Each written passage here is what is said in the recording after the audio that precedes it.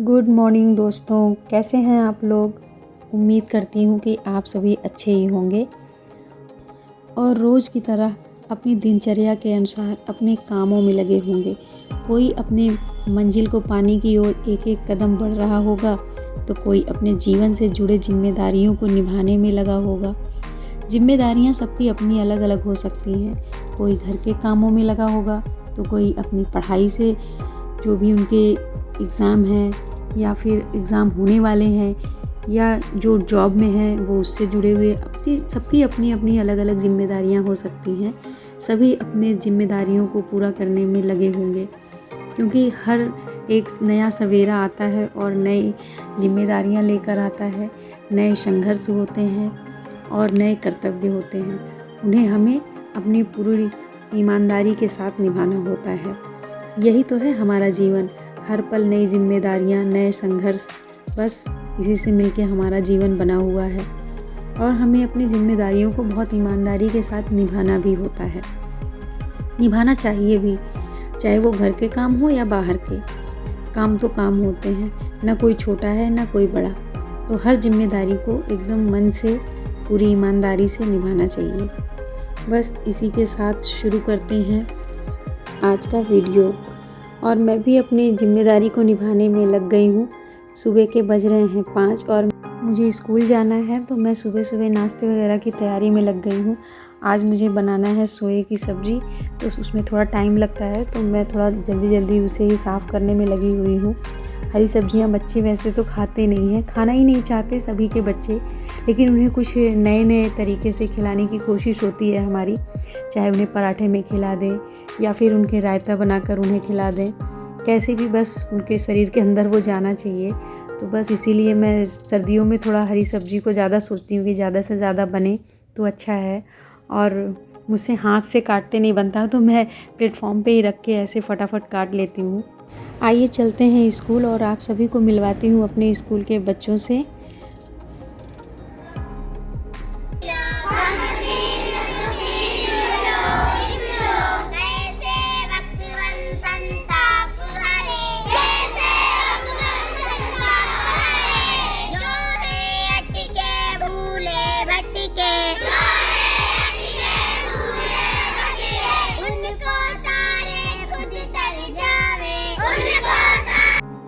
मेरे स्कूल में आपको कोई दूसरा टीचर नहीं दिखा होगा, मैं तो वीडियो बनाने में लगी थी। आजकल मैं अकेली ही हूँ, क्योंकि 2 टीचर्स और हैं, लेकिन वो अभी छुट्टी पे गए हुए हैं।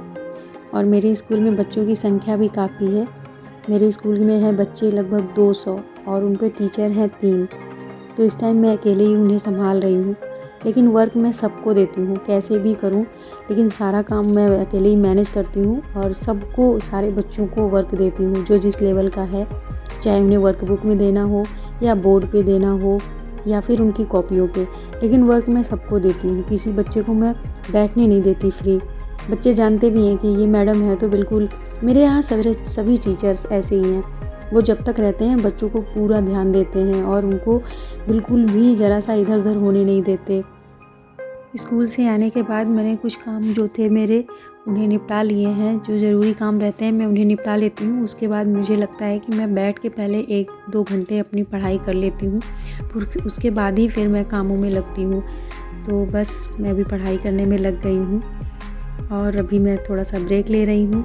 ब्रेक टाइम में मैं अपने घर को थोड़ा सा जो अस्त व्यस्त कर रखा है बच्चों ने, उसे सही कर देती हूँ, क्योंकि हम पूरे दिन के लिए घर पे होते नहीं और बच्चे घर पे रहते हैं, तो कुछ ना कुछ तो इधर उधर रहता ही है।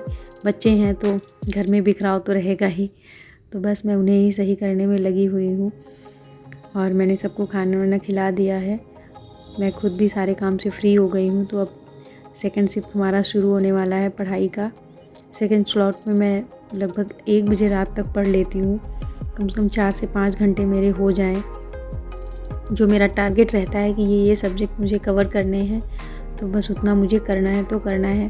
कभी 1 या 2 भी बज जाते हैं, लेकिन मॉर्निंग में मैं नहीं पढ़ पाती हूँ, क्योंकि सुबह सुबह उठ के मुझे स्कूल जाना होता है, तो घर के काम भी करने होते हैं, नाश्ता वगैरह सब कुछ तैयार करके ही जाना होता है। बच्चे स्कूल जा रहे हैं, उन्हें भी देखना होता है।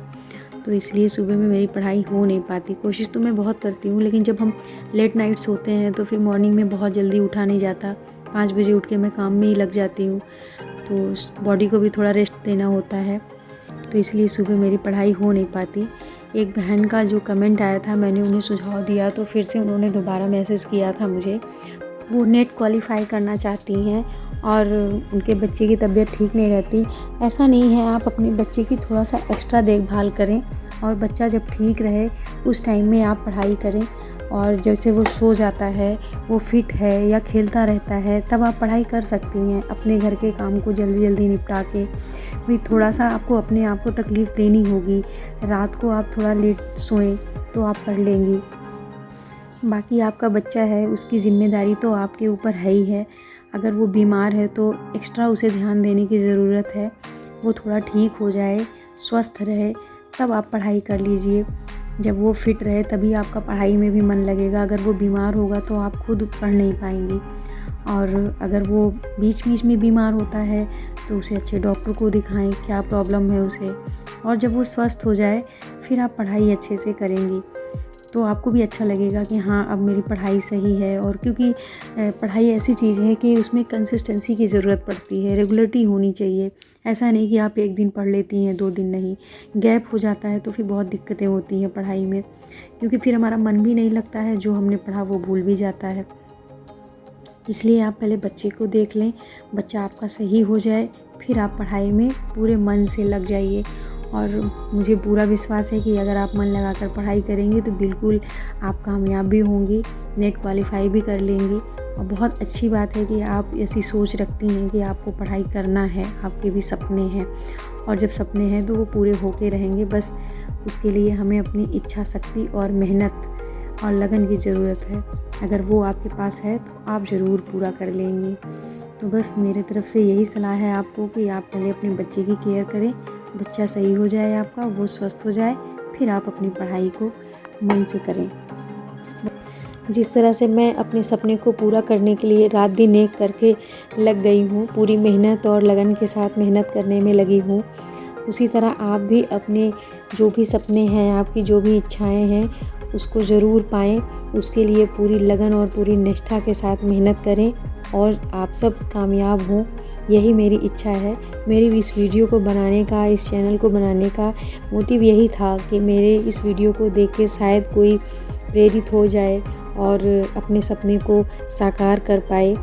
बस शायद आपको मेरी वीडियो पसंद आ रही है और मुझे बहुत खुशी भी हो रही है कि मेरी वीडियो को आप देख रहे हैं और पसंद कर रहे हैं। भरपूर ऊर्जा और उत्साह के साथ लग जाइए अपने सपने को पूरा करने में, और मंजिल आपसे बिल्कुल भी दूर नहीं होगी। आप ज़रूर अपनी मंजिल को पाएंगे। और इसी के साथ वीडियो का एंड करते हैं। Good night.